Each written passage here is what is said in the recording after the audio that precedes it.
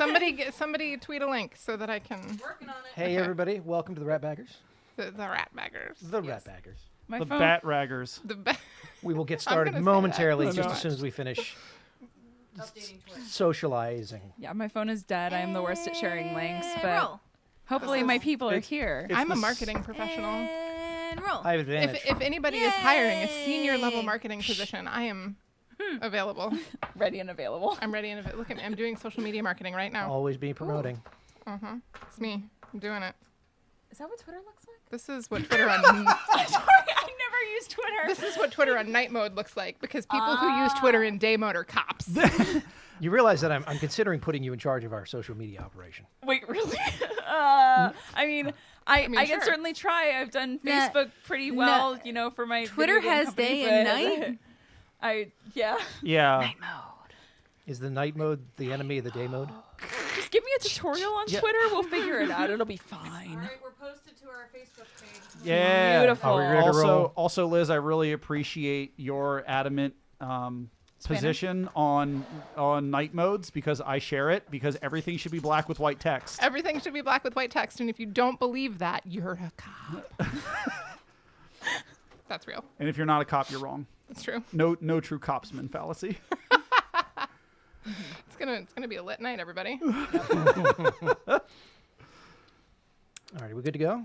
We're on, man. Yeah, What's I that? think so. There's a difference between on the air and ready to go. Share to your Facebook feed. Y- Twitch. Yeah, Twitter. so Delta Green, which has not gone up yet, was the next sequential number. So this should be 239, but in order to keep continuity, This is why I ask.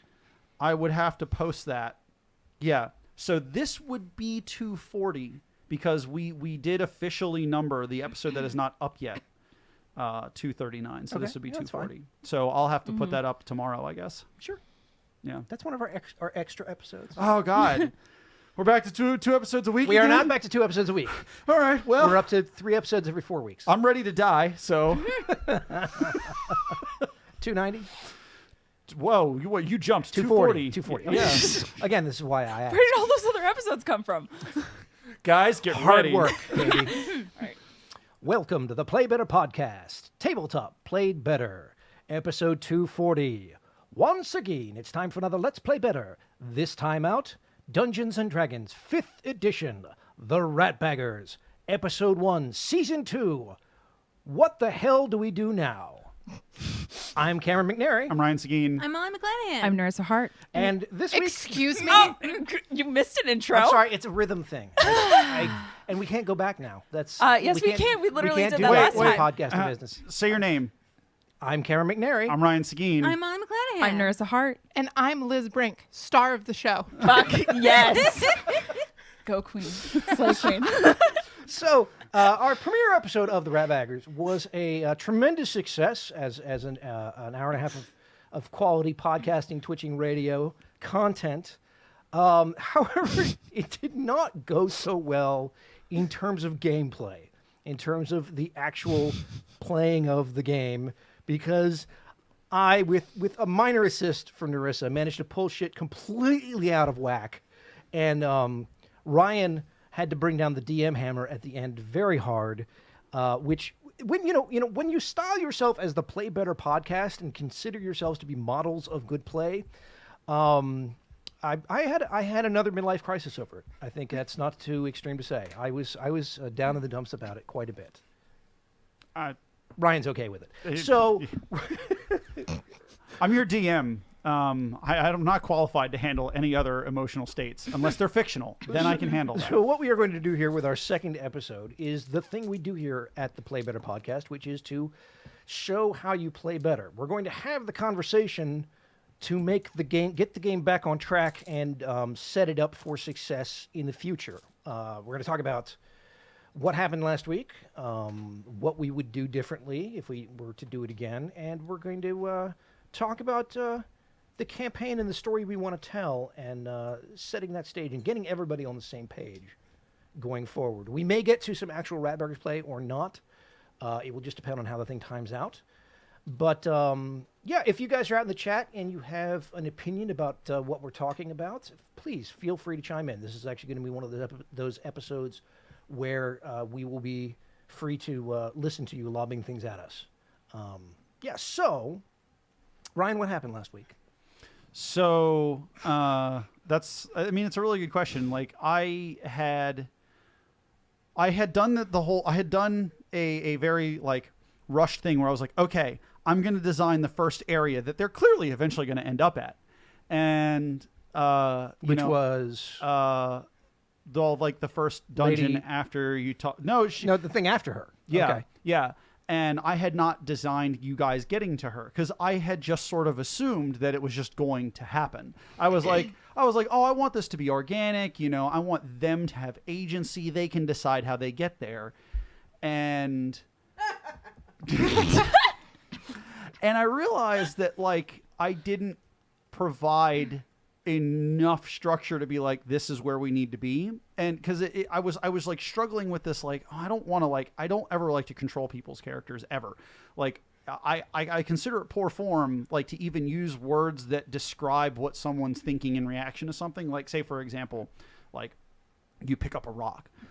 I try very hard. I don't always succeed, but I'll try very hard not to say like, the rock is heavy, because like deciding whether or not something is heavy is like, that's a choice based on the character. So I'll be like, you can feel the weight of it in your hand. And then like, if you're like, oh, I'm strong, I can clearly feel the weight, but I'm strong. So it's light to me. That's one of the things I like to do. So you're a player facing DM. I try to be really hard. And then I realized that like, I didn't want to reveal that there was someone behind the curtain. Like I didn't want the illusion of the Wizard of Oz to ever get shattered. And I realized that because of that, like in the way in which I fucked that up, was you guys were like, yeah, well, we're going to steal a boat. And I was like, well, I'm going to do my job as GM and just continue being like a world simulation, I guess, and just let them do it. Even though at the same time, like, I don't think that this is necessarily wise, so I'm going to continue to hint, but then it became the thing you told me about it was that you had to have us go visit Lady What's Her Face. One day, like that had to happen. Yeah, like there was no way around that not happening. So that the whole time that we're stealing the boat, like you're knowing that, like that just couldn't happen. Like the plot could not go that way, which is kind of where.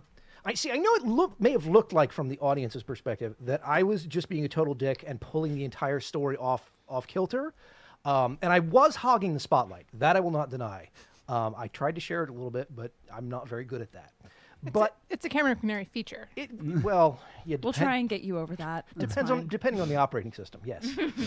But I did not know that he absolutely had to have us go visit Lady What's Her Name. Wadney. Yeah, her. Yes. And believe it or not, I was in fact trying to get us to where he wanted us to go. I was just wrong about where that was. Because I had heard, oh, she's going to send us on a job down the river, right? She's going to give us a pass so we can get down the river. And I'm like, well, I can just skip her. Mm-hmm. And I had like a concrete moment when I had the like adventurers wanted go see Lady Wadney like piece of paper in my hand, and I was like, I could fight Cameron about this and be like, no, we need to go north of town to her house or whatever, her manor, wherever Lady Wadney lives. And I was like, certainly if we get on this boat, like we will get onto the river and there will be guards or something that just come fish us, just come down which like a crane eventually. and pick us up. Yeah. The toy crane just pulling comes us down. out, The little Toy Story to toys. Woo! And and then we're at Lady Wadney's. Woo! Something I will say about that is so my background, I know that Cameron and I have mentioned this. So I am an actor, and a lot of my background is in device theater. So being able to play off of other people, figure out the direction that the scene is going in, and sort of adapting to it, even if it's not necessarily like where you were thinking of going with it in the first place. And I built this big backstory for Jovi because that is the kind of person I am. And then a little bit before we started, there was a conversation that happened which I misinterpreted. Ryan and I have since discussed it. But the way that the conversation had come off, I thought that a lot of the research I had done about Greyhawk was incorrect. So I would have to rewrite about 80% of Jovi's very long, elaborate backstory. And then I was trying to figure out, okay, well, I'm just going to play off of these basic character traits that I have fully established. And then when things kept getting sent on different tracks, I kept trying to sort of recalibrate, and it wasn't working. So I think that was probably the biggest frustration for me last week, was trying to figure out the track we were going on, Yeah, because everyone seemed to have a different idea of that. And since I still was trying to figure out what her backstory was going to be, which now like is fine, and I know that what I wrote is still okay, it just sort of threw me off kilter, if that makes sense. Well, and Yeah. I think you always have those moments in your first adventure where you're trying to find the rails, like Sure. and when it's sort of like you're not quite there. And also figuring out the dynamic with the other people so you can bounce off of each other. And Yeah. and I think that like as a player perspective, I think that a thing that we needed to do on the front end as well is, like, for myself especially, I needed to be more engaged with the character creation concept and with that process, so that I was more ingrained in the world and more prepared to find the glue that put us all together, because we didn't roll into the adventure like with built-in connections. Which is what I was going to say. That's the conversation we're going to have after this, and that's my failure as a creative director, is that I got so caught up in the mishigas of putting this new show together that I didn't make sure those conversations happened. I didn't support Ryan. I didn't support you guys and myself in getting together and making sure we had that common vocabulary heading in. But in terms of the actual mechanics of going completely off the rails and then smashing into the wall like we did, They didn't smash into the wall. They gently flowed towards the wall, and then they did like They the were- whoop, Just they end were of world. very- End of world. they were There's very- nothing And then beyond the that. fishing hook just sort of got us in the back of the shirt and pulled us they were very right on firm back. bumpers. But like I was saying before, I thought I was taking us where Ryan wanted to go. I thought I read his mind and was like, because about the thing that she had in her hand, the 500 gold thing, whatever. Didn't somebody point out that was like a death sentence at some point? Yeah, it was So I said multiple like, times that that's death money. and I'm Yeah, like, that's well, death I'm money. not doing that. That would just be silly. Yeah, I mean, it was hard because on one hand, I kept thinking to myself, man, it's been a while since Cameron played D&D, because the way D&D adventures are structured, you have to pick up the thing from the quest board Because and go we're- and talk that to has the a big person. explanation. We aren't like Exclamation point. regular adventurers. And so I'm like, okay, you've just been playing like too many narrative games lately where like you can bypass things like that. And then on the other hand, I'm like, but that kind of makes sense because his character's not going to go look to get murdered for money. Like, whereas I think, at least with my character, and maybe the two we used to characters to an extent, like, I don't give a fuck. My flaw is when somebody questions my courage, I never back down. So I'm like, people died. Let's do this shit.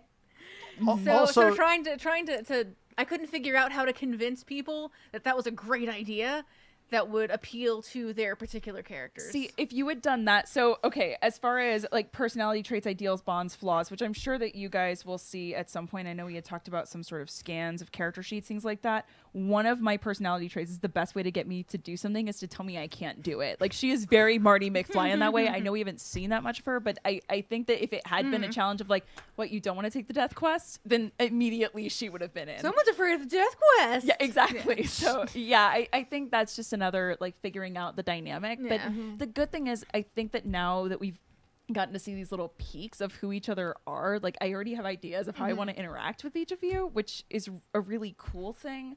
I think it's just a matter of that first day getting the flow of it, and it's a good thing we're having this discussion. So It's funny now in retrospect, because I was like, because when you guys, there is actually a narrative justification for why everybody was saying that about the quest. Like I put a whole thing in that, and I was like, and the whole purpose behind everybody being like, that's fucking crazy, is to either give you guys something that you can say like, oh, well, we're going to do it, ergo we're special or desperate. Either one, like you could feel like you could take that however you wanted. And then when you guys were like, yeah, that means we're just not doing it, I was like, oh, Yeah, no, I totally took it as like, you're good. Keep going where you're going. Yeah, yeah, and I no, like- now that I'm thinking I'm going to keep that. Yeah. I'm going to keep the narrative because once you guys get to it, I want to know how you react to it. Basically, at this point. Now we're at desperate territory because we tried doing the going around the obstacle and have figured out that no matter what we do, like this really is the only way to get where we want to go. So I think it has put us in that position, which granted, yes, it's not necessarily the way you saw us getting there, but we still are going to be there. Sure. And one of the other things that I really want to stress is that going forward, once you basically talk to the initial quest giver and go do the thing, I will do my damnedest to encourage you to be able to solve any challenge put in front of you however you want. Mm-hmm. And that was one of the things that made me realize that like I should have just started you all sitting down talking to her. That's where I should have started. Just put us in the bottleneck. Yeah. Like instead of like going like, okay, I want to have them get together and become a group. I should have just said like, you know what, You're a group. You're a group. Because that's usually what I do. And you've gone on a few missions together. That way it's still relatively new getting to know each other. Or for whatever reason. Yeah. And like, I mean, we wake up and we are all in beds in Lady Wadney's house. Yeah. Or like you're in the room at Wade Yeah. Rodney's house. Here's the mission. Why are you there? Yeah. Yeah. That's totally what I was. Yeah. It's like if there's something as a DM that you absolutely positively have to have happen, it happens. Like it's like don't. Giving your players the illusion that it could not happen can lead to problematic results. You're absolutely right. And like it's I'm surprised at myself because I don't do that. In the sense that like if I'm like, oh, I forget what other like all the other games we've ever played, everyone's already a group, and I was like, yeah, I'm stealing that for D&D. I'm never doing the you get together as a group thing ever again. And yet, for some reason, like my brain skipped a beat, and I was just like, "Yeah, this sounds like a perfectly good idea. This thing that I've sworn I'll never do again." I think I managed to talk you out of it, but it was like a sentence that I said, and you were like, "Oh, okay." But yeah. So, and at the end of the day, I was like, I was like, one of the things that I could do as the GM to make them all get together is just put them all in debt, and then they need the death money, and then. Like I hadn't intended for you all to be on the wrong side of the Nyrondian like debt law problem, but it kind of happened anyway in a way I hadn't predicted. So thanks for bumping into my subconscious, guys. I really appreciate that. Yeah, one other thing I want to establish is that I got seriously bitchy at the end of the session. And it's because my feelings were hurt because I felt... And it's not and I got mad at Ryan, but I wasn't really mad at Ryan. I was mad at myself because I felt like a failure. Because I think of myself as somebody who knows how to do role playing. That's like something I'm good at, and like, and that whole like attention grabbing, like hogging of the table thing, pulling things where I want them to go is a thing that I'm constantly trying to work on. So to have it come up like that was just.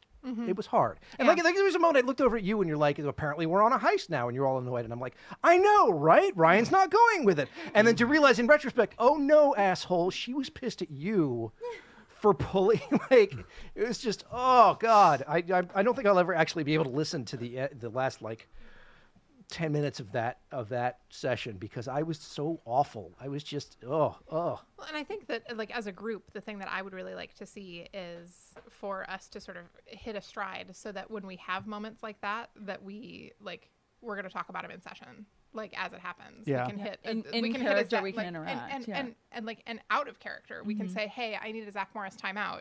Like everybody stop for a second. Is this really the direction that we want to go? And I think that gives us a lot of freedom to be able to sort of move up onto that meta level and say, hey, whoa, is this what we should be doing? And sort of recognizing that like this is a thing that we're doing. which is funny because we do that on here constantly. Exactly. Like that's who we are. And so, well, and I think that like it adds pressure to be live like Yeah. Yeah. It absolutely does. So it's playing your fault, live. really. yeah. Truly. Yeah, and Thanks for nothing, viewers. I absolutely want to, I'm glad that everything crashed and burned in the way that it did. So, I don't think it crashed. No, and burned. it didn't. Like It was we still a fun session it was to fun. listen to. We like, had, and we had we had a buy-in predicament. Yeah. So you're absolutely right. I'm It glad that wasn't it went like- the way that it went, because this gives me an opportunity to mention something that I hadn't before, is that I want to regularly pull up the curtain and talk about why I designed something a certain way. Yeah, well, let's hold on to oh, that. we Let's got- hear from chat. We have something from chat. Chat, everybody thinks that we're doing great. Don't say that you failed. You guys were still fun to watch. Aw, Thank you. You guys.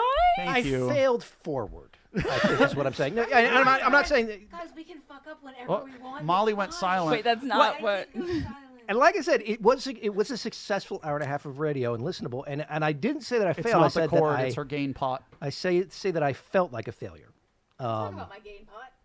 She's number one. And then I got am really, number one. Hey, There I everyone. am. and then got really pissy about it. Let's send the love to each other and just say, yes, we're going to keep playing this game. Yeah. It's going to be great. Yeah, it is going to be great. Yay. Cool. So that settles the discussion of what happened and what we would have done differently.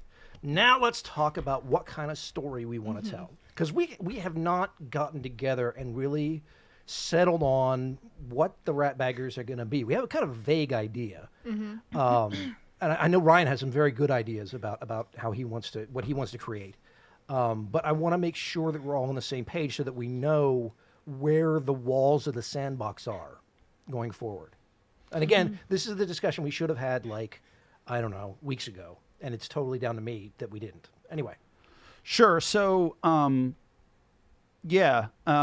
I had written up this NPC because I wanted to touch on the fact that, like, there hasn't been anything officially printed for Greyhawk since 3rd edition, and like I moved in a sense, and I wanted our group to put a stamp on it, to be like, this game setting is like production dead. So I kind of want everything that goes forward with Greyhawk, because everything's Forgotten Realms now, and Wow. I have opinions. You? Forgotten Realms is the day mode of campaign settings. Cops. Which And would make Eberron MySpace? Eberron, God, what would Eberron? No. Eberron is the Tumblr. It's an old Over conversation. my head. Old conversation. Eberron Okay, is the got it. Tumblr of. It's just thick with gays and pornography. I was just gonna say heavy with action, but however you Eberron. want to flavor it, yeah. Tumblr. Yeah, what's up?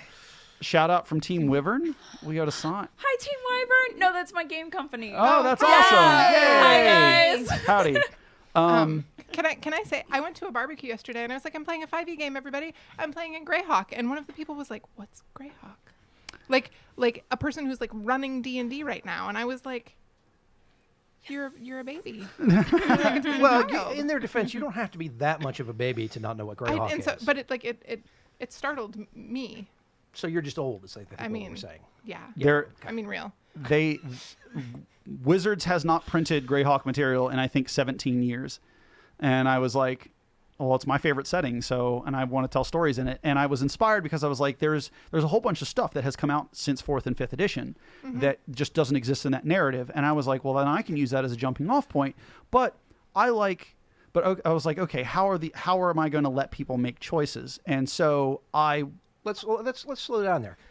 So, what is Greyhawk like as a brand? Let's say, like, what makes it different than Forgotten Realms and all the other stuff out there, and what gets your motor running about it?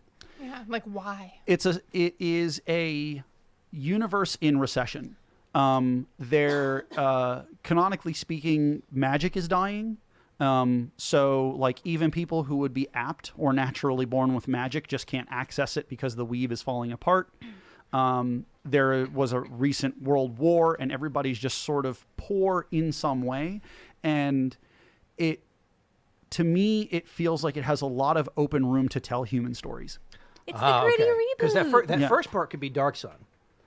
Yeah, go for it. So FF6, Who said that? Dr. Nito.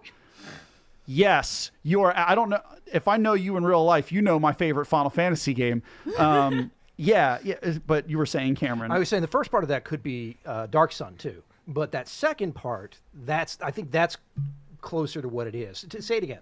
it gives a lot of room to tell human stories, because like Forgotten Realms, I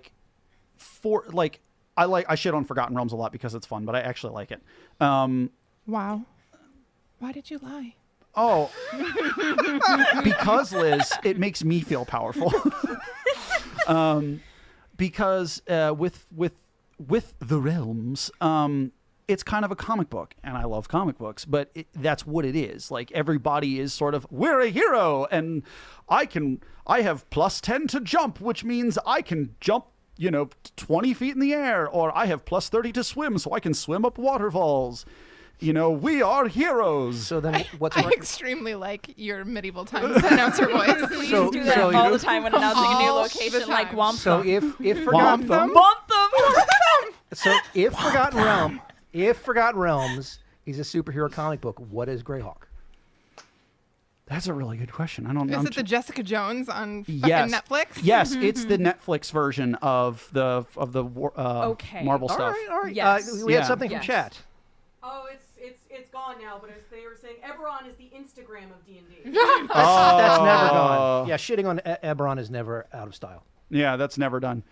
That's because they're still kind of in that same world. Like everybody's still the same class. You still have people that are still the same power level of these superheroes. Except but they're not the same power level Yeah, either, at all. But Well, no, but the world shits on them, and it kind of it adds a weird context to their powers. because but that makes sense to me. If the Defenders are Greyhawk, and then the Avengers would be Forgotten Realms, and it's Yes. two very different power levels. That is a really, really good comparison. Yeah, Cool. absolutely. So yeah, go ahead. No, I was just going to say that's extremely helpful. And actually, a lot of my favorite series, like we were just discussing this. So, my favorite book of all time, Name of the Wind, Patrick Rothfuss. If you haven't read it, highly recommend, because it's a story that takes magic and it gives a science to it. And there are these characters that should be in these situations where, someone is completely perfect. But, for example, when, there's one point where one of the characters, there would be this normal, a girl is falling off a cliff, and they grab hands and then pull her up. And instead, the girl grabs the guy by the back of his cloak and his pants and just hikes him up. So it just makes it more realistic. And I find those stories much more interesting in fantasy settings. It makes it more grounded. So if you want to talk about magic as a science, there's this really good setting where it's kind of everywhere. And Yeah. It's called Eberron.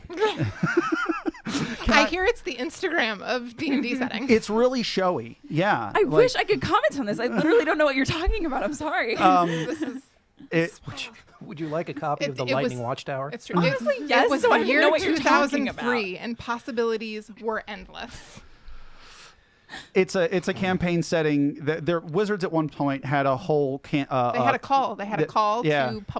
to submit your setting. Go for it. Go publication. for it. Chat. Eberron is Galactus in Marvel Comics. I don't even. It's more like It's not Kirby. No, it's not that weird.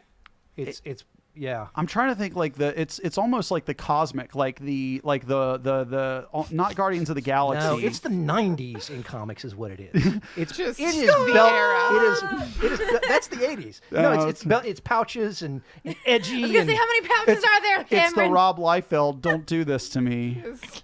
There was a contest, and a gentleman by the name of Keith Keith Baker. Hi, Keith. won that contest. He's watching. I know. I immediately fell in love with it. The whole idea is what if magic was an everyday item, and it's sort of like a magic punk world. Interesting. And they added like actual like pulp mechanics for like you can be like, I have a heroic thing where all of a sudden everything goes into slow-mo and I'm awesome. Okay. And that's And my loathing of it is purely aesthetic. It's just it's totally because it's not my jam. It's actually great design work. It's a well done world, and that has nothing to do with the fact that you just mentioned Keith Baker's name. I said hi to Keith. yes, Hi, everybody. Yeah. sweet. But yes, I think much better grasp of the world and the story we're telling. I'm very pumped now that I know it's heading in that So direction. to me, that says I'm going to have to focus a lot more on my character's emotional arc.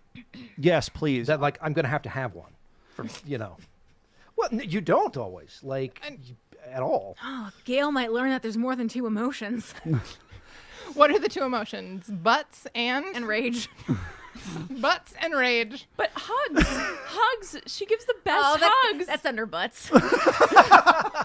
Hugs are a subcategory of butts. The two Butt hug rage. emotions. Yes. I need to see the flow chart that explains all of this because now I'm I fascinated. have a decision tree. The two emotions. And Butts so and hugs. So one of the things that I want to say from the outset, because it just hit me that this could become a problem if I don't say it. Essentially a lot of what you guys are going to be tasked with are kind of solving Wadney's problems. She has put a lot into the world, and how you solve those will change the face of Greyhawk forever. And Are we gonna get like multiple ending choices? Yes. So in a sense, but here, let me real quick. Yes. She doesn't care how they're solved so long as they're solved. But- And I will try to make that apparent when you meet her. consequences is an important theme. Yes. Okay. Absolutely. Cool. How funny are we? I like black comedy. Like, I think that comedy does well when it has real stuff as a backdrop. Like using our constant Marvel comic comparisons. Like, that's when I think Deadpool's written well. When he has like all of the horrible shit that he actually has to deal with as a backdrop for why he is the way that he is, his comedy works. When it's just, I made pancakes and Domino fell into him, yar har har. Like, no, that's not good. So That's a real comic, by the way. What's our quotient of D&D dumbness? You know what I mean? Of So we're funnier than Lord of the Rings. Absolutely. Would you put it, okay, so best comparison I can think of is, would you put it on Adventure Zone levels where they have those moments of humor, but then it's still very narratively driven? Yeah, absolutely. And, Okay, and like, great. And like, if you're in front of NPCs, and if like when dealing with NPCs, if you would stop and say, this would be really, like, this wouldn't work if this was a real human interaction, then it's not going to work.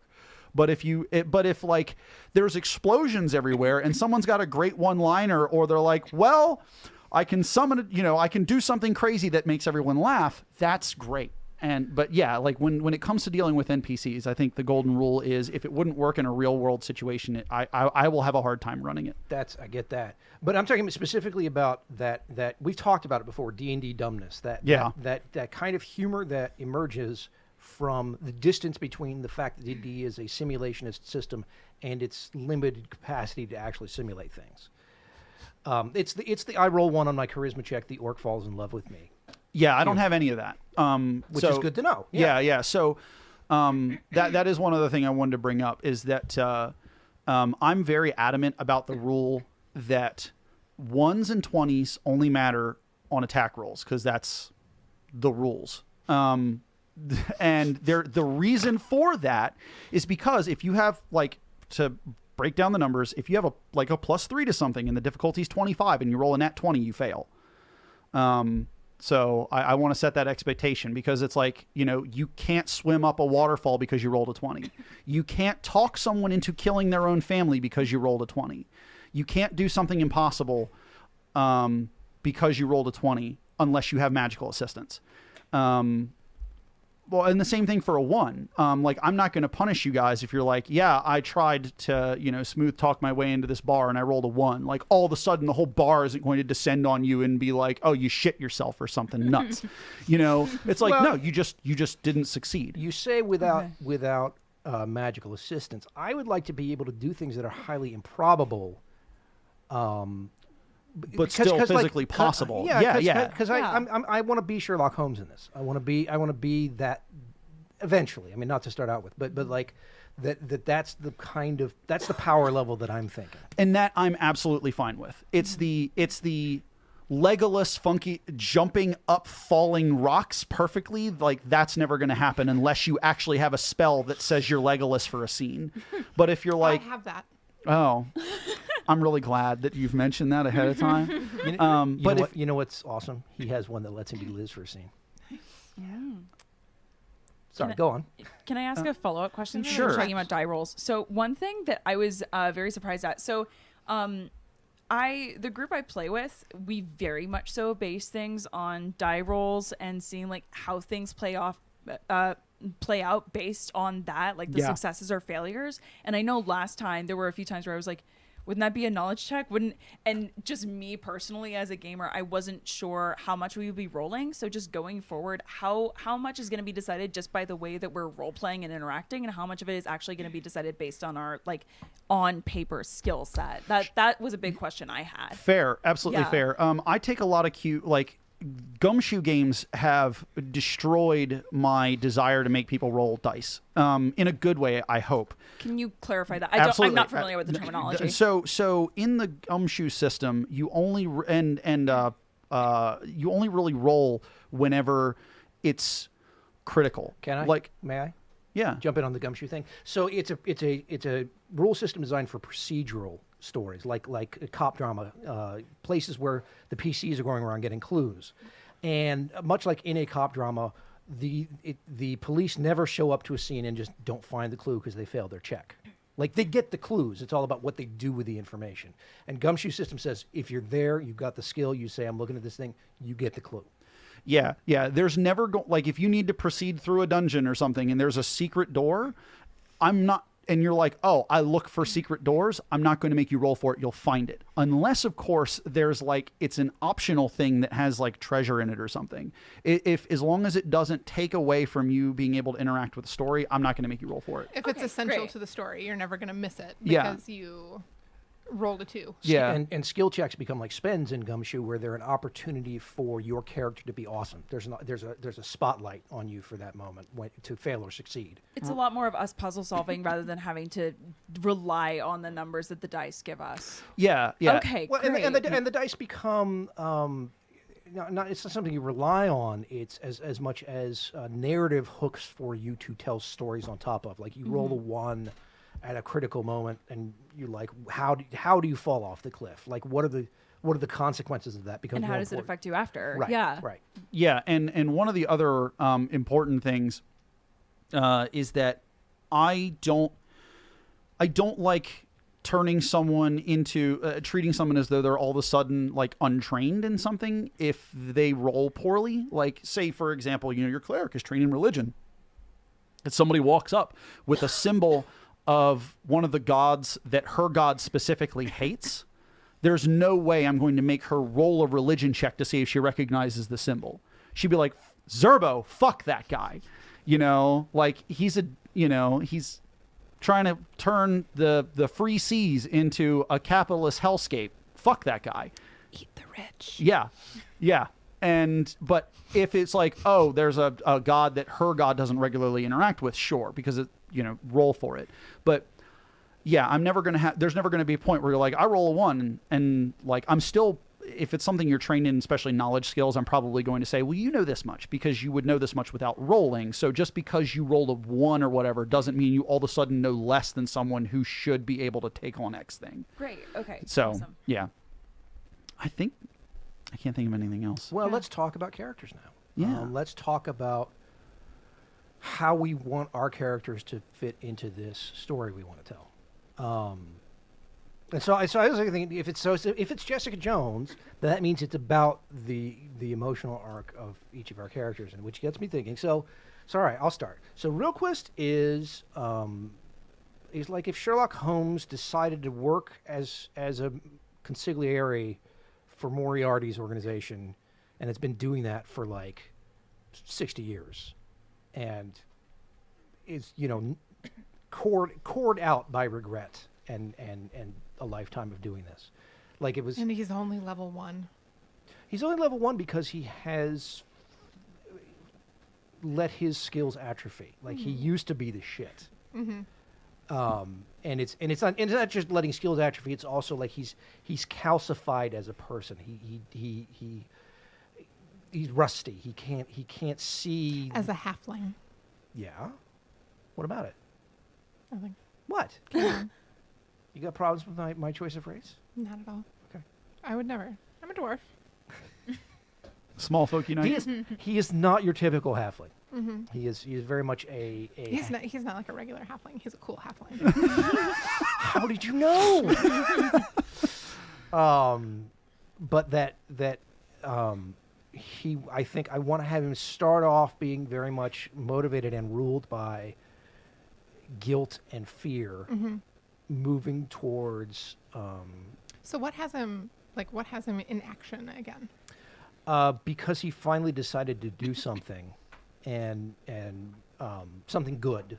Like he finally had enough. Has he just been like Wreck-It Ralph style living in a dump, or No. He's been Like, what's living he in a, been- he's been like a just the mob accountant living in a Okay. castle. He's been like a nobleman basically, or an assistant to a nobleman, whatever. an That is. assistant to the regional manager? Yes. No, but like go ahead. Get that reference. Go ahead from chat. I've been watching it recently. Finally, We yeah. have been asked if we are playing at all tonight. We what time is it now? 8:41. 8:41. Yes, we will probably get to. We will probably only get about a half an hour in. I figure maybe another 15, 20 minutes of this, if that. We'll do everybody's characters, and then I think we can get started. Okay, cool. So I'll talk for 20 minutes, and then And then everybody else will rush through. Yes.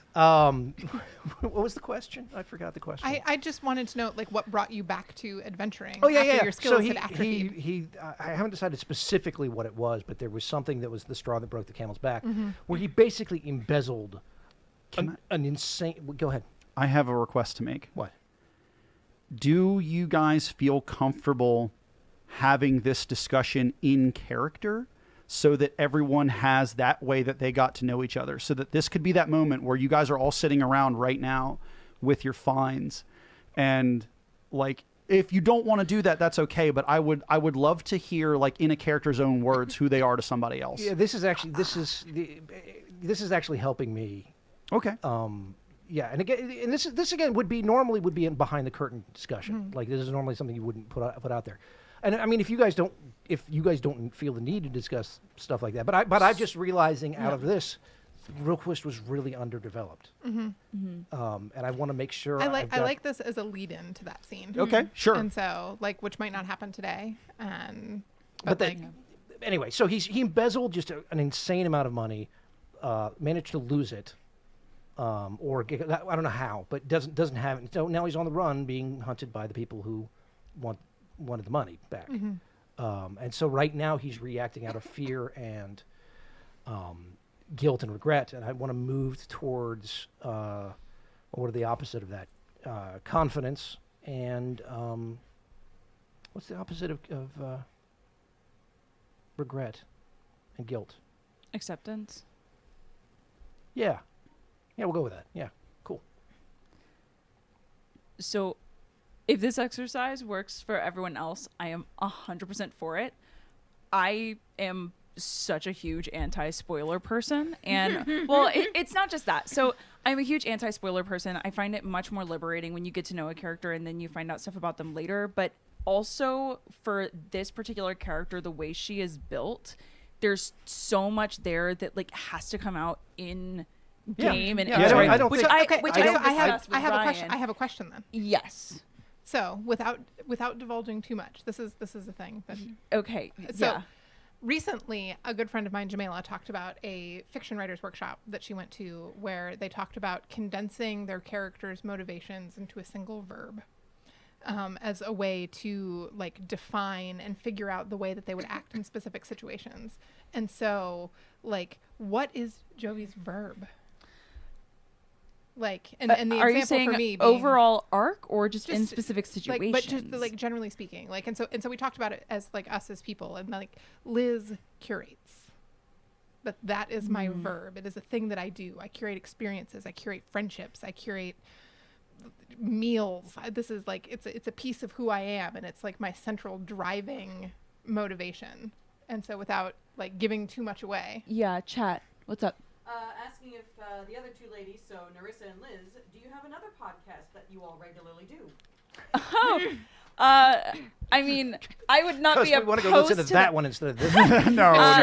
I would 100% not be opposed to that. No, I'm actually relatively new to the podcast medium. I didn't like them for the longest time because I hate the ones that are non-narratively structured. But then I got into Adventure Zone, then fell in love with my favorite musical, 36 Questions, got into Reply All. So now that I've been discovering the ones that are much more narrative based, it's a medium I definitely would love to delve into more. And I'm very excited that this is my first really big dive into that. So, hey, thank you guys. Yay. But diving back to your question or circling back to your question, sorry, words You're are hard. I think for Jovi, just overall, it's defends. Jovi defends. Yeah, I really don't want to say more than that right now, Absolutely but don't. I'm going to leave it at that. Yeah. Also, Liz, please plug if you Or have protects. if you have a There need we to go. plug. I don't have a need to plug. Okay. I guessed a lot. I'm not a podcaster. I guessed a lot. Not. But not- thank you I'm, for I'm, thinking I'm not. we're I'm not a player. competent enough I'm to just. do so. I just crush a lot. I don't know. You're not a player. You're just in the game. That's true. Molly, where are you at? Where am I? Do you want a verb or do you want an arc? Verb. Yeah, let's start with the verb. My verb is goes. Gail goes. I get it. I rock on it. Yeah, sure. Gail rushes in. Sure. I could say she blows, but that would be terrible. That sounds extremely sexual. I like Do it. you have an idea of your arc? Do you Yeah, I wanna mean, her articulate arc is going to be very much like she's never stops to think about anything. And at some point, she's probably going to have to, especially because once I hit level 3 and I get the Path of the Storm Herald thing going on, that's going to be some weird fucking shit that she's going to have to think about. And Awesome. also have to learn to control herself a little bit because now she can actually hurt people instead of just punching them hard. I can hit them with lightning and shit. I can bring And angry shit. seas on them. But Mizzy. Bring us home, Liz. this is a good thing. So I have work to do with Ryan about Mizzy and how this dwarf ends up called to the sea. The sea it calls you. Yeah, it does. Sea. It does. Sorry. She's extremely Moana. Somebody call Lin-Manuel Miranda. Let's get him on this. And so I think that she's extremely inquisitive and also a little angry that she feels called, resentful. Ooh. And so that, like, why of all of the dwarves and all of the world has she been called to the sea? And so Question for you then. Typically speaking, yeah, clerics get their ability because a god was like, you are totally worthy of my power. Do you feel like she was a worshiper of Prokin or something happened? something happened. And it now came to her. And now she's, and that actually really works for that god because he's not the sort of guy that's like, oh, you've been such a good servant. Yeah, exactly. Yes. Like Maybe you there's- just accidentally put your donation for that week into the wrong box, Ka-ching! and he was like, "Oh shit, you paid me. Let's you do paid this." me, bong. Yeah. No, we should absolutely hash that out because that's perfectly within his purview.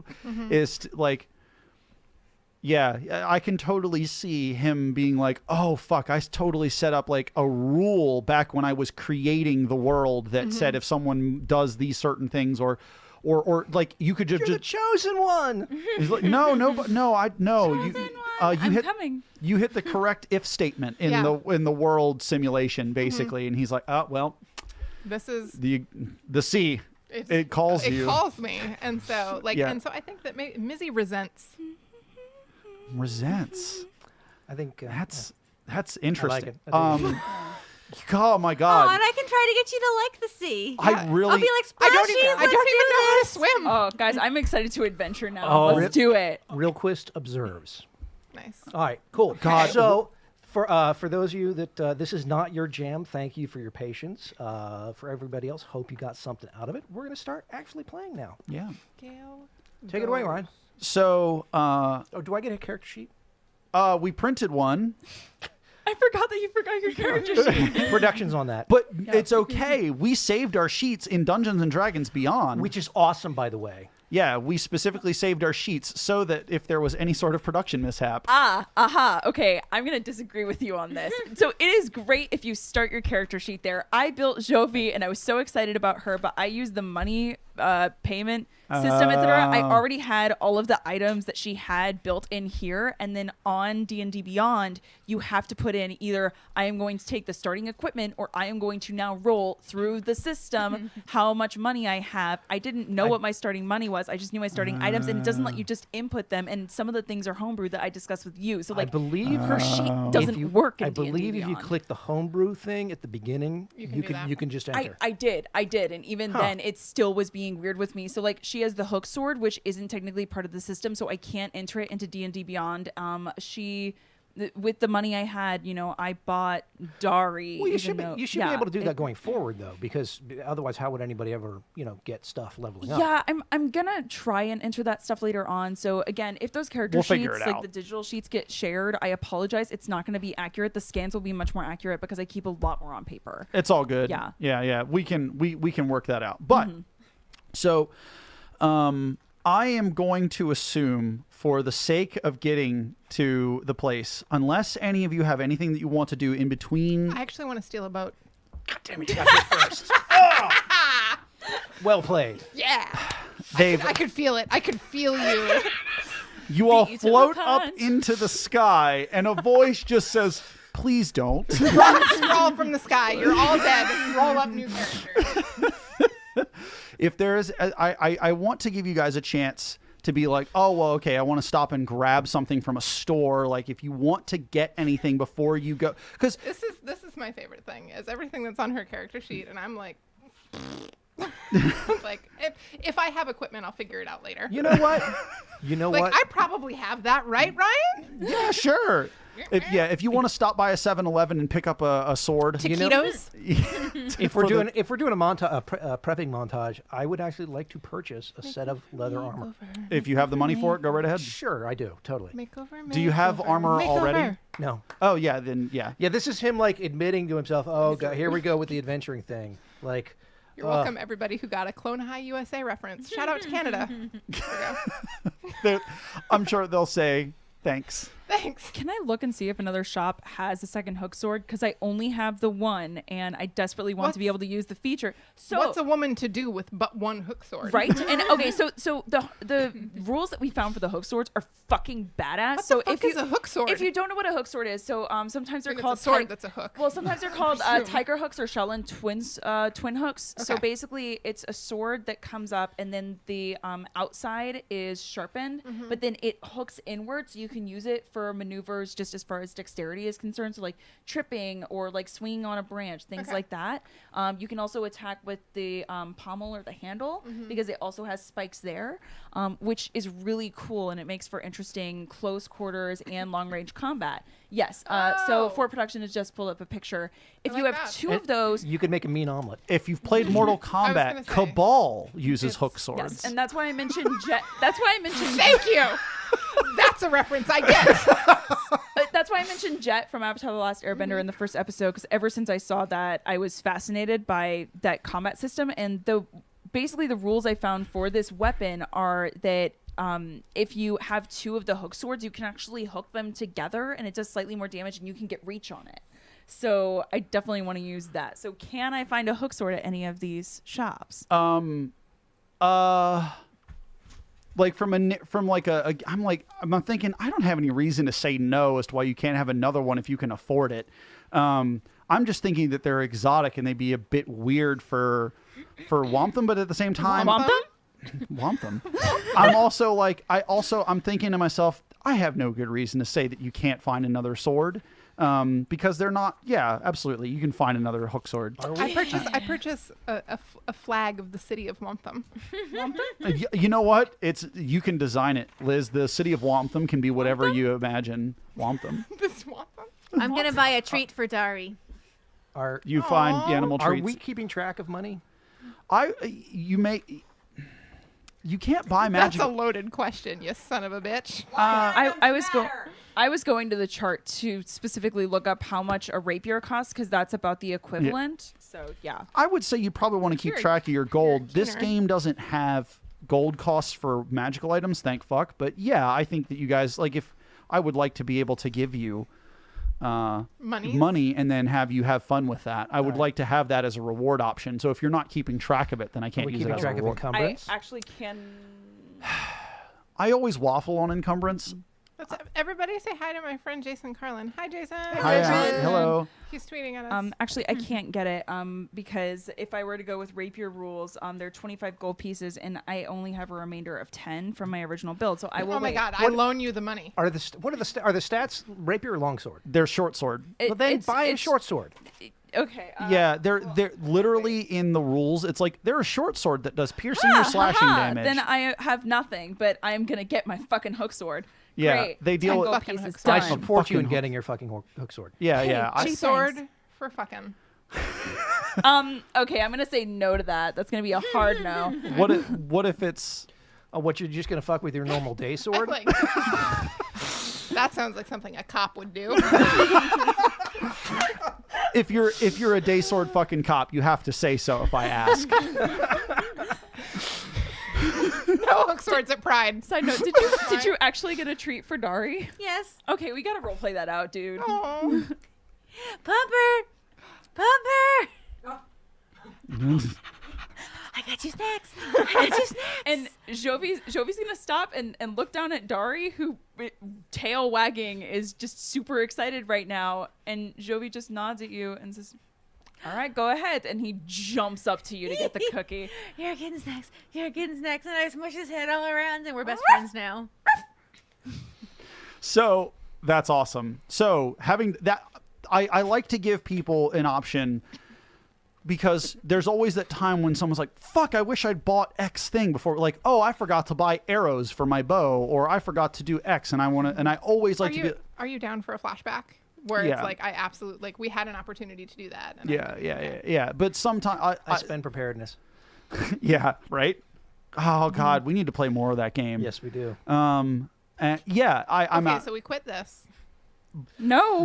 with no. Ladies and gentlemen, welcome to Knights Black Agents. Remember when we had a Knights Black Agents game? We should pick that back up. Yeah, we should. Yeah, so I'm up for flashbacks, except for whenever someone's like, "Oh man, it's a good thing I brought my shark repellent because we're getting chased by sharks," and be like, "Come on, that's Justify. yeah." You okay? If Yeah. you're Molly, I expect that Gail would have gone like, I would have packed my shark repellent. yeah, or had gone like, I would have thought to buy this ahead of time. But if it's something like, oh yeah, I have a bag, like, yes, obviously, of course, you can say My 16 slot traveler's backpack. that if you oh my God, if you use the Blizzard Authenticator now, it gets upgraded to a 20 slot traveler's backpack. 20 slots. Yeah, in your main backpack. And you're That's a lot of that slots. That's 4 more if we're doing the math here. that is a lot of slots. I've never said no to more slots. So Slots, not thoughts. Are they? Wait. Are they the loosest slots in town? No. Okay. phrasing is that's- phrasing that's still a lewd. thing? Are we still doing I don't know. phrasing? This is a family podcast. Cameron McNary. Wait, What the fuck are you thinking? Keep drinking, Liz. I Keep like to drinking. mod mine and make them translucent. Anyway, Have we all bought what we need? all right. Well, Yes. Adventure! So you proceed forward. do People I give just you. drink a bottle of wine every time we play now? Yeah, I'm Yeah, down it's a for it. requirement. People give you directions to Wadney's estate. Wadney. Wadney. Like That got sexy. I didn't mean, but hey, sometimes just No, now you have to say her name like that anytime it comes up. With the eyebrows. Like, Womp them is a callback, and Womp Womp them, and Wadney has to be Wadney. that. Whatever that was. It's hot in here. I mean, it happened. It is 108 degrees outside. Oh Jesus. I got derailed. My brain. So you get there. Just thinking about Lady Wadney. You find an estate that is not being managed by groundsfolk of any kind. From what you can tell, her quaint 2-story. It's not a manor house. It's almost like a. They split level. It's kind of like a McMansion. A bungalow. rancher. No, it's a A rambler. it's a House names. it's way larger than someone would normally be able to afford, but it's not like a castle or a manor. It's something that one person with a lot of money would be able to manage. Like high-end suburban. A Mc- neighborhood. yes. Yeah. Yeah. Okay. A McManor. That's well, That's what he just said. No, you said McMansion. Okay. Yeah. Oh. See Yeah. how I just know? Wow. Mine You was see clever. how you improved his joke. What is it from chat now? An estate. I mean, yeah. Well, I mean, I would assume that like someone's estate is like could be large or small.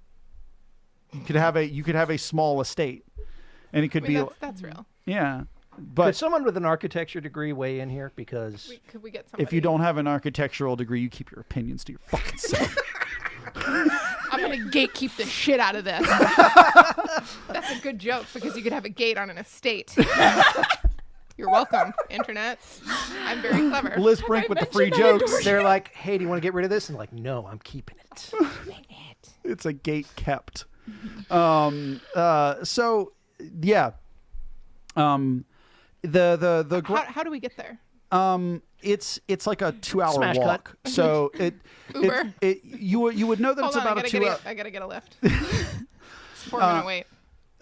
What's the one that's only for ladies now? The I don't know, but I'm into it. Oh, I'm shoot, pretty no, sure that's on I- BoJack Horseman. No, there actually is a service. I just can't remember the name of it to save my life. yeah, Roquist just has to walk. I'm into it. There is one on BoJack Horseman that they wind up, Yeah. with strippers. But- but anyway, But if that's real, Yeah, I think it is. I can absolutely It see is. the need I for think that. it was This is my in response to Uber and Lyft complaints. They were like, "Well, what if we did one that's just for ladies?" But yeah, Thank you to whoever created that service. Yeah. It is fantastic. I can't think of the name. Jim Halpert shrug at that. Sounds great. Yeah.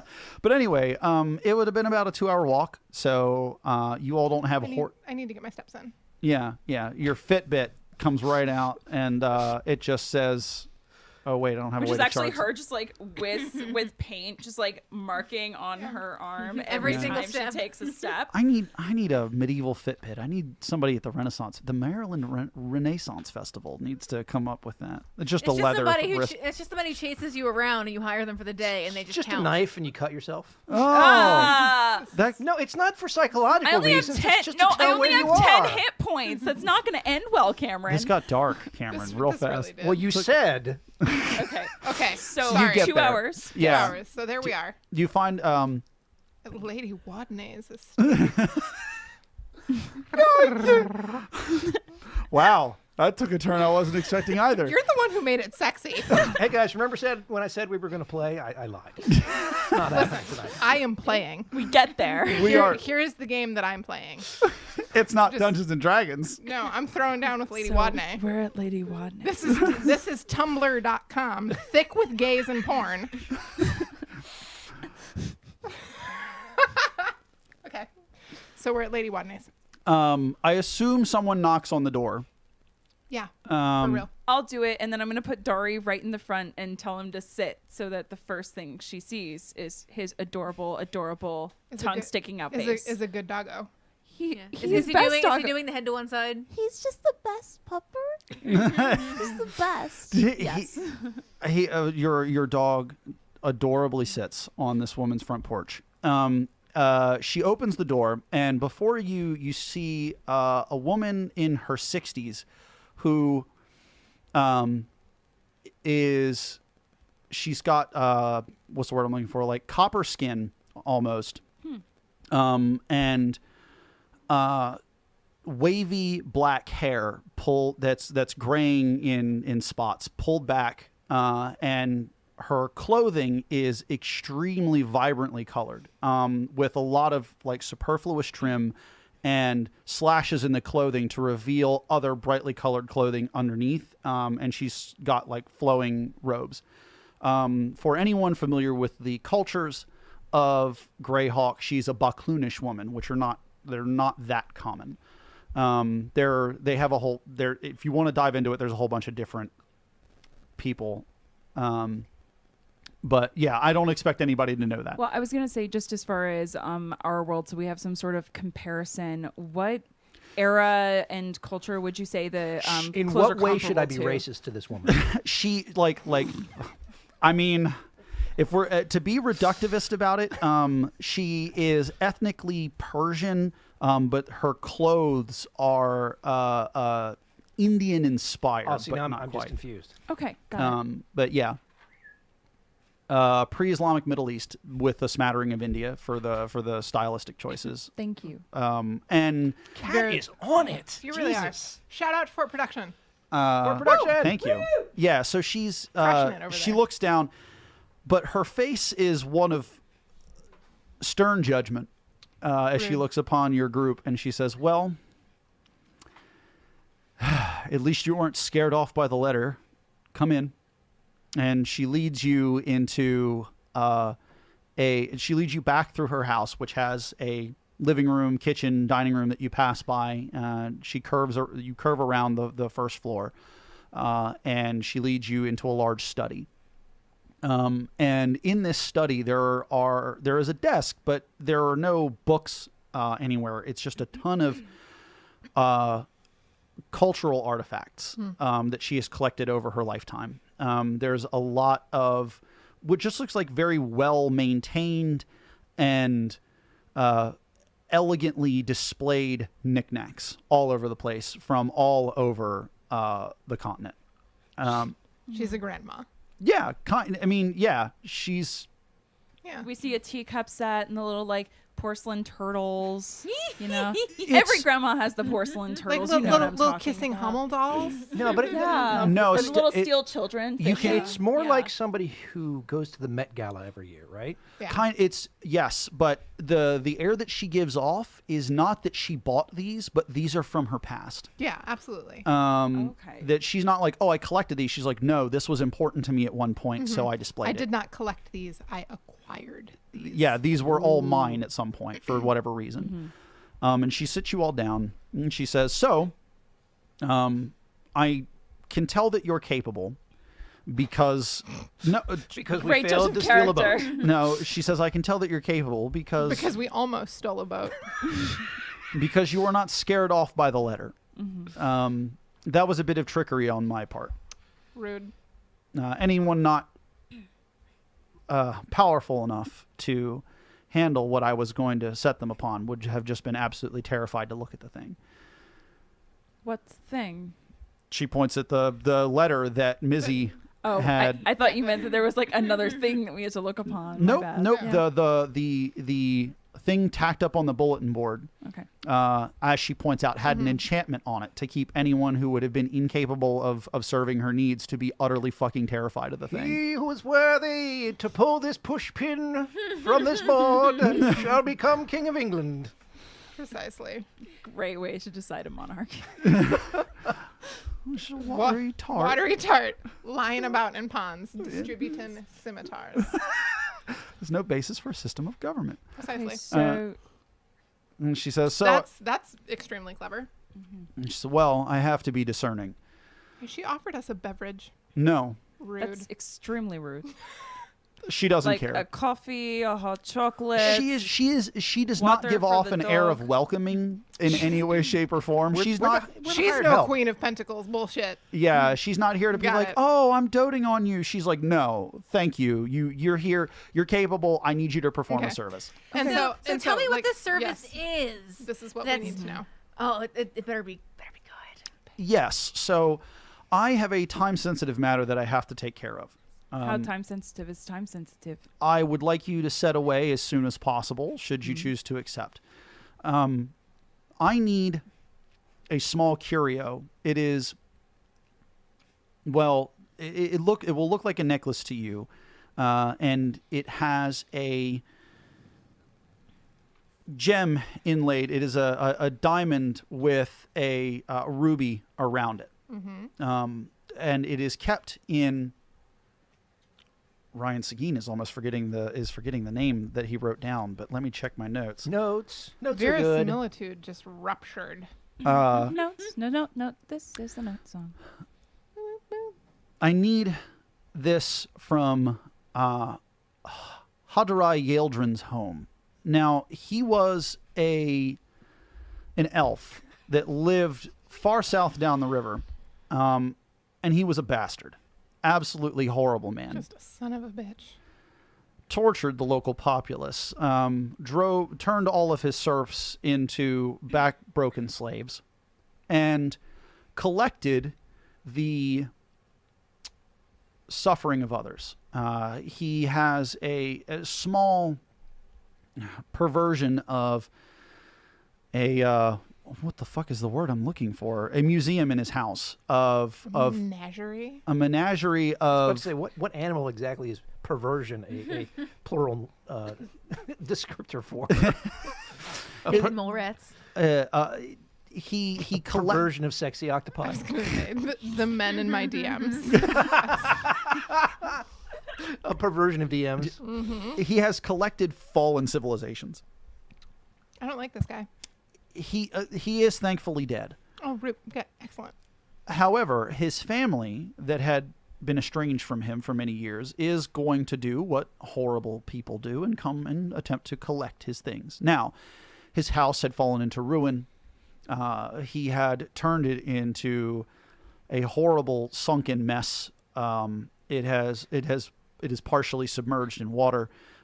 He had built traps into his home that only the local monster populations could traverse because he had these serfs attempting to enslave them up until he died of old age. And I don't care about any of the other things in his home, but that particular curio is important to me. So why don't you go get it yourself? Because I do not want the attention of the world at large. I am trying to stay under the radar, as it were.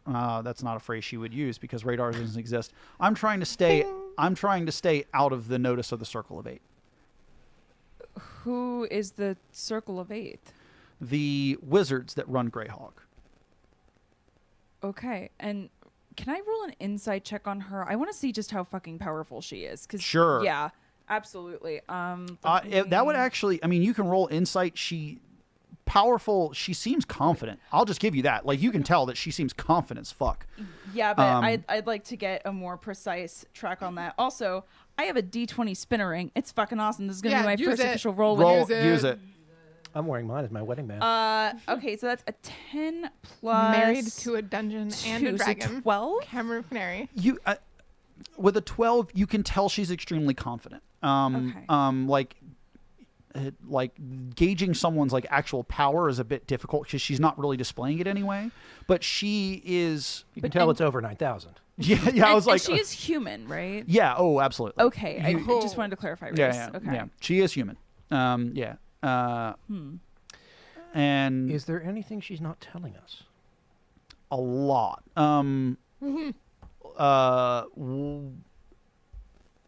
But you like, yeah, she's very clearly not. She hasn't told you why. Oh no, I get the emissions, but I mean, is there anything that she's specifically avoiding? About the job, no. Okay. About her, absolutely. She does not want to have to reveal that. But she mentions, if you complete this, I will have a lot more work, a much higher paying work. And if you need something outside of the realm of money, I have connections as well. My big question would be, if we accept this job, yes, obviously payment will need to be arranged. Half up front. She says, "Oh, I'll pay you entirely up front. I want you to succeed. Now, cross me and I'll kill you. Simple as that. Try to run with the money, and I'll know and kill you. Simple as that." So now that that's on the table, okay, so money up front, otherwise certain death. If we sign whatever contract you have, if we need to arrange transport or if we need additional supplies, can we get those from you if you really want us to succeed? I'm hoping that the 500 gold could secure most of what you need as far as travel. It's 500 apiece, yes. But we Yes. also we ran into a bit of trouble an episode ago, we ran into last time. We ran into a bit of trouble earlier today with not having the right papers to actually get out and have our own boat. So if you can arrange that. A boat. She visibly rolls her eyes at the mention of the hinting at any of the troubles going on in Wantham. Wantham. And she's like, she gives off this expression of fucking course. Those dickholes would have given you trouble for whatever reason. Wow. Like, what reason could that possibly be? She's not taking their bullshit. And she's like, understood. So she says, "Did you incur any fines for any reason?" Yes, Probably. 1,000 gold fine. I put 1,500. 1,500. I put it under. She's like, I don't care about the amount. So, what was it for? It was for trying to get out by procuring a boat our own way, which obviously did not pan out. She says, 1,000 gold fine. You tried to steal a boat. 1,500. She's like, then she just stealing about. she's actually kind of ignoring you. She's they like, added the additional 500 on for all of the other supplies that were on board, so We they also- did a sum of the value of everything, obviously. It's all the I see. administrative costs. So she says, did you give them real names? no, I gave them the name Natalia. All right. She says, she's like, hold on. She pulls out her desk and she has like a fair number of pardon forms. And she's like, I will give you each of these when you get back. I will fill these out. I'll make sure they're given to someone. And I know the clerk. I've mind controlled him a number of times. I'll make sure that these are taken care of. Back up. Mind controlled?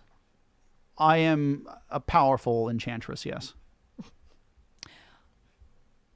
We're going to draw up a contract, and I'm going to add a stipulation to my side of things. If we do the job as you want, if we take care of things, you do not fucking get inside my head. Deal? She says, give me an insight check. Oh, wait. Ha, D20 spinning ring. It's right on my hand. What am I doing with my life? 15. You can tell that she visibly shakes at the word contract, regains her composure, and she says, absolutely, I would have it no other way. And she says, I will be absolutely upfront. I do not wish to harm any of the people that are attempting to help me. But you just made it known you've mind controlled people multiple times, and I care about my self-preservation and the preservation of my companions far more than... I appreciate your practicality. Oh, the man handling all of the fine work is an absolute horrid human being. I would have found a way to do away with him years ago had he not been so easy to manipulate and keep my own enterprises going. Let's draw up that contract. Just to Again, be safe. She's recomposes faster at the word contract. She says, absolutely. And she pulls out, again, goes to her desk, and she has... It's a standard no mind control clause. She has extremely I think it's fair. detailed Didn't say it was fair. contracts. I mean, if you're union, it comes along, just as part of the deal. But Yeah, but it's so hard to get union, and then you get very few jobs once you actually are. So, like, life's real. The pages on her contracts are around the edges are gilded, and the ink used shimmers slightly as you look at them, and the paper is thick. Nice paper. Mm-hmm. Nice resume quality. You can put your CV on that. Nice. Yeah. And do any of you take the time to read it? oh yes. Mm-hmm. I was gonna say this seems like Every Request's word. We all jam. get around it. We all crowd around and are just reading it aloud. Can Gail read? Yes, but she's mostly just really excited by how nice the paper is. This is so nice. So it So soft. So thick. Soft but sturdy. a lot of it is like legalese, but summed up, it says that you all will not betray her. You will not. You do not intend to betray her. Wow. And you agree that prior to signing, you do not intend to harm her in any way. If you feel, though, that you want to stop doing work for her, she prefers you let her know when you've completed the most recent job. She wants 2 weeks' notice. Yeah, kind Okay. of. She's like, she pays for everything up front, and she expects whatever job was recently accepted to be completed. If after the end of that, you wish to at any time no longer continue working with her, she is happy terminating the contract. But if a job is assigned, she will work with you in whatever way she can to help you achieve your goal, within reason, so long as it is to help her achieve her goal. And payment is up front, Mhm. and no mind control. And No, you put in there that like, she What? will. Yeah. Big cross out and What? no mind control. What's the penalty for not The penalties list. delivering? Penalties listed And for what's the penalty for having intentions that are not in line with the intentions that she expects? the only intention that she expects is to complete the assignment. How that's done is entirely up to you. But if it's not completed, she will be mystically notified immediately, and she will take she will murder the shit out of you is kind of what it says in very, very polite words. In fact, to Rilquist, you've seen contracts like this, but she's way more like straight to the death. Sure. But if there is a need to change what she expects, like based on like shit changes, and you're like, we can't give you what you want or whatever, you're not going to be harmed for that. She's reasonable but murderous. Yes. Like if it's not like, oh, she's going to be sitting at home and she expects like you to deliver a pearl, the pearl gets destroyed and you're all of a sudden on the hook for it. No. So no, that's not going to be a problem. It's just that this is basically so that people don't take her money and run. They're like, 500 gold up front, I'm rich. She's like, yeah, that's all I'm trying to avoid. How do we get in contact with you if we need other supplies? Do you have some sort of communication device? You obviously are a magical sword, so anything you might have to make that easier. I can shout real loud. She says no. I've heard you. And that's kind of real a loud. like from a GM's perspective, that's the thing about Greyhawk is like you don't get like it's very, very rare to find persistently magical items, and she gives off this air of like, I don't need to do that. If you need to get in touch with me, you can just let me know. If you need anything beforehand, let me know. That's fair. I figured since she has all these magical artifacts, she might have something like that, so it was worth a shot. One of the other things that I absolutely want to do is make it, and again, pulling back the curtain a little bit, I want to make her very powerful because it represents her character, but I don't ever want her to overshadow you guys. She's never going to step in and solve your problems, and I also don't really ever want her to come in and stop you from doing something that you want to do. So I want her, is as imposing as she is as a person, from a GM's perspective, she's going to be very much in the background. Like if you're worried about the death clause, it is literally just to say like, you know, if you were to be like, well, we're not going to do what she wants and go run off, that's what that's there for. But if you're like, oh, I have a moral quandary about how I disagree with her, I will give you avenues to have that disagreement without it immediately turning into her just shocking you or whatever. Like if you're like, yeah, I disagree, you know, it's if it's not, oh, I'm just trying to take her money and run. If it's like, no, I don't like what she wants. There is an avenue for you to communicate that to her and like talk things out, or just be like, I reserve the right to you actually there I'll in character there's a clause that says you can abandon things on moral grounds, and stuff like that. Milady, your terms are most generous. I look forward to discovering precisely what a pleasure it is to be in your employ. And I'll sign. All right. It just says, excellent. I'm happy to work with you. Do any of you have any questions for me that I'm willing to answer? Is there Share that real quick. She gives off that like oh, you come within 5 feet of her and you can feel the iceberg level cold coming off this Is woman. there anything we should know about the curio that would interfere with its acquisition or delivery? Well, I know that the house is extremely dangerous. I will admit that I have not scouted it in any way, shape, or form to know the exact nature of the dangers presented within. The curio itself... This is some legalese. That's what this is. She speaks that way a lot. And if I'm ever not giving that air off, it is a character point that once it comes up later, I think you guys will be like, Does she get a character voice and she's going to be with us a lot? oh, God. I don't know. You can work on that. You can workshop that. Yeah. I'm not saying right now. I'm just curious. Like, I guess just the... She's extremely Portia de Rossi in Better Off Ted to me. Okay. Margaret Dumont is what I was thinking. Ooh. The expression on her face that I imagine a lot is just one that is constantly squinting at someone, just... Need adventurers, and you shall fit quite nicely. Yeah, I wasn't going with that. Has anybody attempted this feat before? No. It is rather recent. Okay. Rather recent. So how recently has this dude died? Within the last 2 weeks. Okay. Yes. So the curio that you had asked, Master Rilquist, I believe. Don't inflate his perception of himself. No, it is entirely mundane.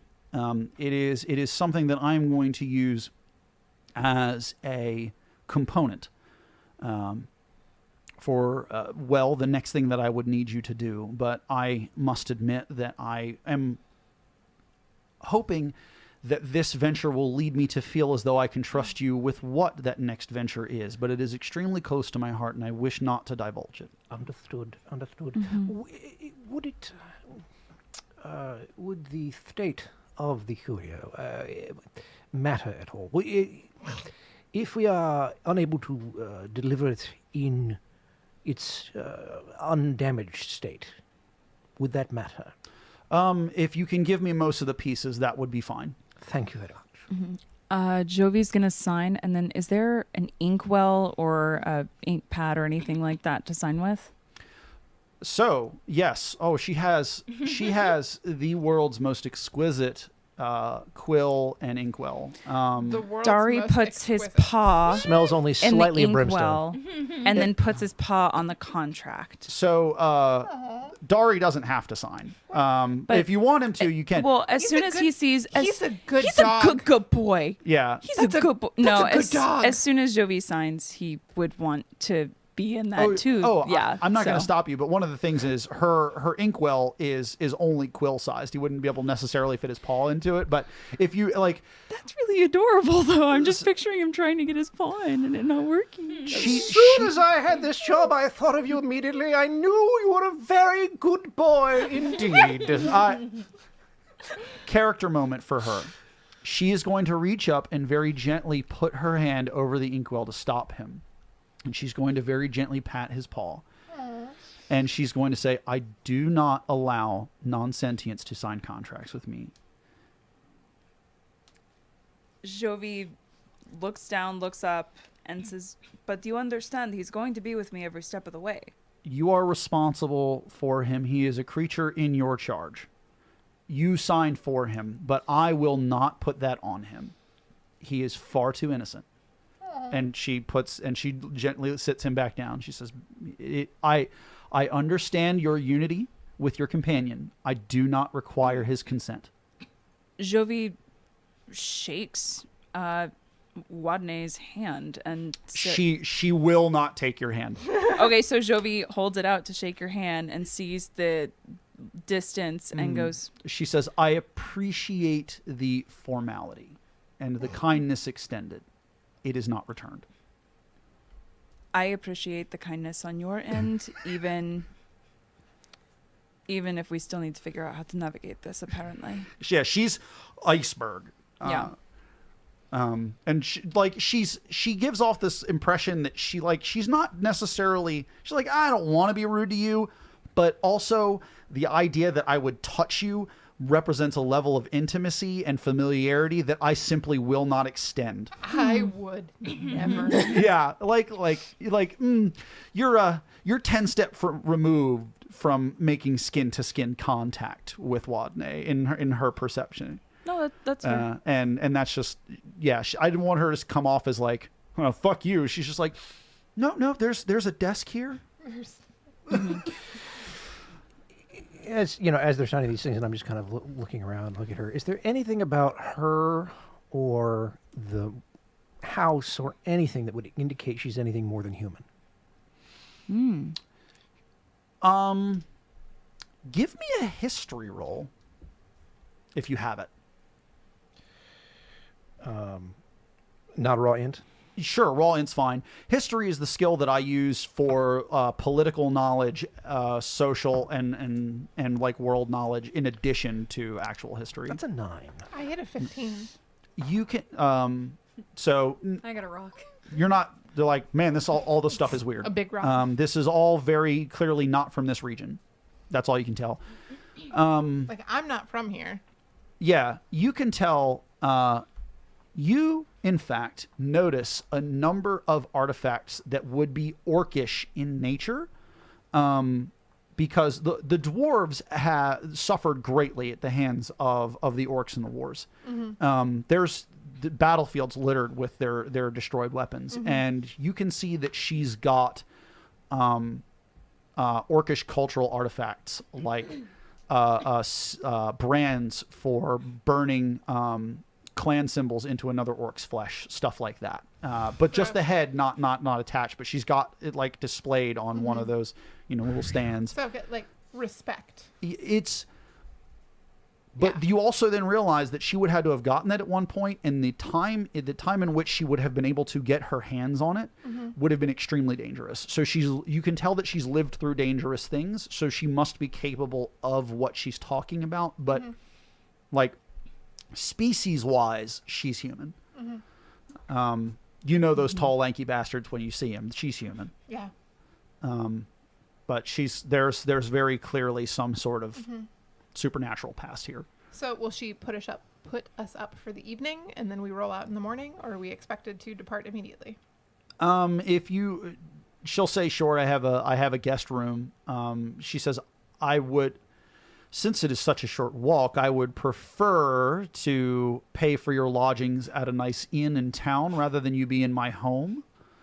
But if you are for some reason, unable to return to the town, if it interferes with your ability to perform the job, then you may stay in my home. I would be more comfortable at a tavern. I'm always more comfortable in a tavern. Same. If it's a single guest room, you all seem like nice people, but I'm not quite sure I'm ready to share a bed with most of you yet. So. Yeah, she's like, I have a single king size bed. Yeah, let's stay at the tavern. That'd be the coziest rat bag. Hey guys, well, we're all family now. I would prefer to stay here. In fact, it sounds like a lovely room. Then you can stay here real quick. She's we'll like, see you in the morning. She's like, oh, Deuces. I'm not staying in town 1 second longer than I have to. I suppose. She says, if you need someone, I'm old. Yeah, well, if you're worried about like, we need horses. I do not own horses. Well, we don't need horses. We need a boat. But if we go to town, then we might be able to procure many transportation tools. Oh yeah, she'll give you the boat passage. Great. And all that stuff. She'll and Get in a boat. she'll give you the writ. I can drive it because I'm proficient with water vehicles. Yeah. We should totally get the same boat that we tried to steal. Do you mention to her that you want one that's uncrewed that you can take yourself? Do you want to actually get your hands on a boat rather than need to procure passage from somebody else? Yes, that we want a boat, not passage. All right. She puts away boat. Yeah, she puts away her passage slips. Like, she seems to have vouchers for everything. Like, every time you're like, hey, I need a thing, she's like, I got a voucher for that. Like, she extremely Greyhawk. Yeah, she clips coupons. She has Groupons. Binder. The grandma just with all the vouchers, just cutting them out as she like looks at all her artifacts. But what you can see is that she's got tons of like completed contract packets. So what she's got are favors, and so what you need to stay somewhere. She's got like, oh, Coal Collar owes me the nicest rooms in his inn. I want to do that because Narissa mentioned she wanted to talk to Coal Collar, and also Cameron, for me, it would be easy if all of you were in the same place. I suppose I cannot think of the fact that people are hunting me. It just slipped my mind. If you mention that to her, if you mention like, oh, the reason, she'll help you. It's a character thing that I want to portray with her is that she will. You are working for her. She will help you. Maybe you can get on Izzy's shoulders and you can put on a trench coat and we're just playing you're a real tall guy. Muppet Man. Muppet Man. She asks you if you. My name is Mr. Tallman. Are you on the run from someone in Nyrand or one of the Bandit Kingdoms? It would be one of the Bandit Kingdoms, unfortunately. Well, she sort of nods. She says, well, luckily you don't have to worry about them much here. They would have to be very discreet, but I can help you with that.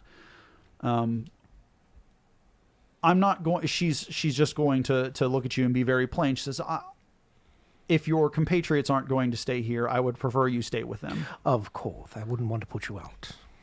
Thank you. We'll keep you safe. So she writes up I almost wanted to say like a sick note, like I know. my kids are sick. It's a late slip. Yeah. It's tardy. No, but she writes up again something on that extremely thick, elaborate, gilded paper Fancy. that had Cole Collar's name on it, so you can see his big, very, very nice signature because Bard's gonna bard. And she's like, yeah, so here, take this. He'll give you access to the suites. There is an apartment suite with multiple beds that you can take. He owes me. Nice. So we go to the inn and get some sleep. Yeah. Do you guys want to? So Cole Collar exists for you guys. And on that note, I see what you're doing there. this has been another episode of the Play Better podcast, bringing you the best in the world of tabletop gaming and teaching you how to play it better. PlayBetterCast@gmail.com, PlayBetterCast@gmail.com, @PlayBetterCast on the Twitters. I should probably pre-record these. Play Better Productions on Twitch. Hit us up. Let us know how you're doing. Let other people know that this exists and is wonderful. And please rate us on the podcast app of your choice. Oh, and follow us on Twitch. Yeah, did you just say that? Yeah, I said Play Better Productions. Okay. Yeah, I should really pre-record these. I'm Cameron McNary. I'm Ryan Seguin. I'm Molly McClanahan. I'm Narissa Hart. And I'm Liz Brink. Play well.